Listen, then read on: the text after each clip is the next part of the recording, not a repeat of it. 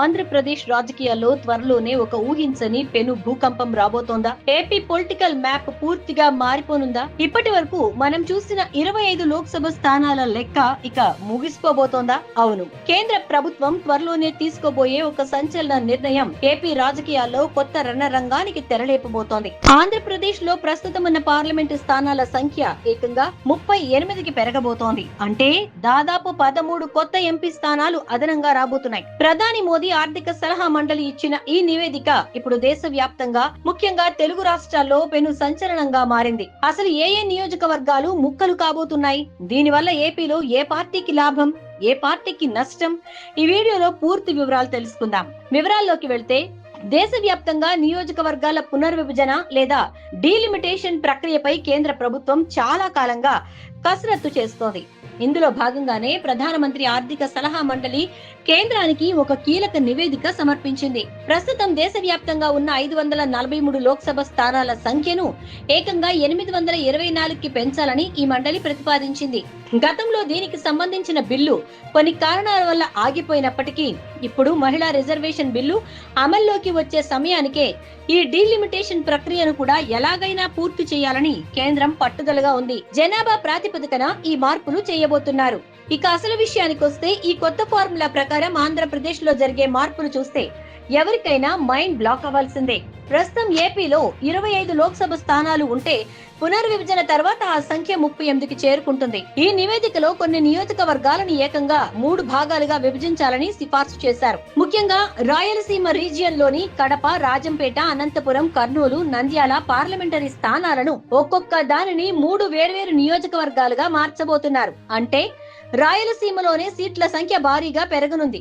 ఇక ఉత్తరాంధ్రకు గుండెకాయ లాంటి విశాఖపట్నం నియోజకవర్గాన్ని 3 భాగాలుగా విభజించే అవకాశం ఉంది. అటు కోస్తా తీరంలోని మచిలీపట్నం లోక్సభ స్థానాన్ని 2గా విభజించబోతున్నారు. ఈ లెక్కను చూస్తే ఏపీలోని సగానికి పైగా జిల్లాల పొలిటికల్ బౌండరీలు పూర్తిగా మారిపోనున్నాయి. ఈ ప్రతిపాదనలు బయటకు రాగానే ఏపీలో రాజకీయ రగడ మొదలైంది. ఒక సీటు 3 ముక్కలు కాబోతూ ఉండటంతో ప్రధాన ప్రతిపక్షం వైసీపీ ఈ మార్పులను నిశితంగా గమనిస్తోంది. అయితే వైసీపీ నాయకత్వం ఈ మార్పుల పట్ల కాస్త ధీమాగానే ఉన్నట్టు కనిపిస్తోంది. ఎందుకంటే రాయలసీమ ప్రాంతం ఎప్పుడు వైఎస్ఆర్ కాంగ్రెస్ పార్టీకి కంచు కోటగా ఉంటూ వచ్చింది. ఘోర పరాజయాన్ని చవిచూసిన 2024 ఎన్నికల్లో కూడా కడప, రాజంపేట, తిరుపతి లాంటి పార్లమెంటు స్థానాలను వైసీపీయే కైవసం చేసుకుంది. కాబట్టి ఇప్పుడు ఒక సీటు 3 ముక్కలైన ఆయా ప్రాంతాల్లో తమకున్న క్యాడర్ బలం తగ్గదని, పెరిగే సీట్లు తమకు మరింత ప్లస్ అవుతాయని వైసీపీ అంతర్గత చర్చల్లో భావిస్తోంది. మరోవైపు అధికారంలో ఉన్న తెలుగుదేశం, జనసేన, బీజేపీ కూటమి లెక్కలు వేరేలా ఉన్నాయి. 2024 అసెంబ్లీ మరియు పార్లమెంట్ ఎన్నికల్లో కూటమి రాయలసీమతో పాటు రాష్ట్ర వ్యాప్తంగా క్లీన్ స్వీప్ చేసింది. గతంలో ఎన్నడూ లేని విధంగా రాయలసీమ జిల్లాల్లో టీడీపీ అఖండ విజయాన్ని నమోదు చేసింది. ప్రస్తుతం రాష్ట్రంలో ఉన్న అనుకూల గాలిని బట్టి చూస్తే భవిష్యత్తులో సీట్లు పెరిగినా కూడా కూటమికి పూర్తి మైలేజ్ వస్తుందని నమ్ముతున్నారు.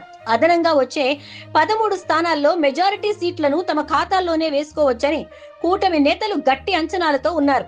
సీట్లు పెరిగితే కూటమికి పండగే అనుకుంటే పొరపాటే.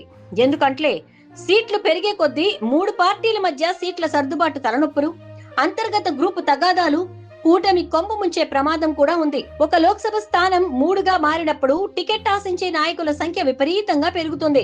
గత ఎన్నికల్లో సీటు దక్కక త్యాగం చేసిన సీనియర్ నేతలు ఈసారి ఖచ్చితంగా సీటు కావాలని పట్టుబడతారు. ఒకే నియోజకవర్గంలో టీడీపీకి చెందిన 2-3 బలమైన నేతలుంటే వారి మధ్య టికెట్ కోసం గ్రూపు రాజకీయాలు మొదలవుతాయి. టికెట్ దక్కని వారు తిరుగుబాటు చేయటం లేదా లోపాయికారిగా వేరే పార్టీకి సహకరించడం లాంటి ఇబ్బందులు కూటమికి పెద్ద మైనస్ కావచ్చు.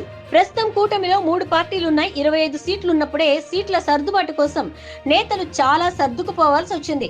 ఇప్పుడు సీట్లు 38కి పెరిగితే అదనంగా వచ్చే 13 స్థానాల్లో తమకంటే తమకు ఎక్కువ కావాలని జనసేన, బీజేపీ పట్టుబట్టే అవకాశం ఉంది. ముఖ్యంగా విశాఖపట్నం లాంటి కీలక నియోజకవర్గాన్ని 3 ముక్కలు చేస్తే అందులో ఒక సీట్ను జనసేన ఖచ్చితంగా ఆశిస్తుంది. దీనివల్ల 3 పార్టీల మధ్య అంతర్గత విభేదాలు లేదా అసంతృప్తులు తలెత్తే ప్రమాదము ఉంది.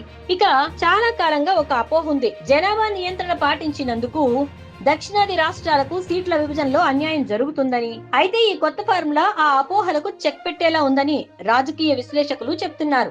ఏదేమైనా ఈ ప్రతిపాదనలు చట్టరూపం దాల్చి 2029 ఎన్నికల నాటికి క్షేత్ర స్థాయిలోకి వస్తాయా లేదా అనేది చూడాలి. ఒకవేళ ఇదే జరిగితే ఏపీలో ఏ పార్టీ అధికారంలోకి వస్తుందో మీ అభిప్రాయాన్ని కింద కామెంట్ బాక్స్ లో తెలియచేయండి. మరిన్ని పొలిటికల్ అప్డేట్స్ కోసం మన ఛానల్ ఇప్పుడే సబ్స్క్రైబ్ చేసుకోండి. Thank you for watching.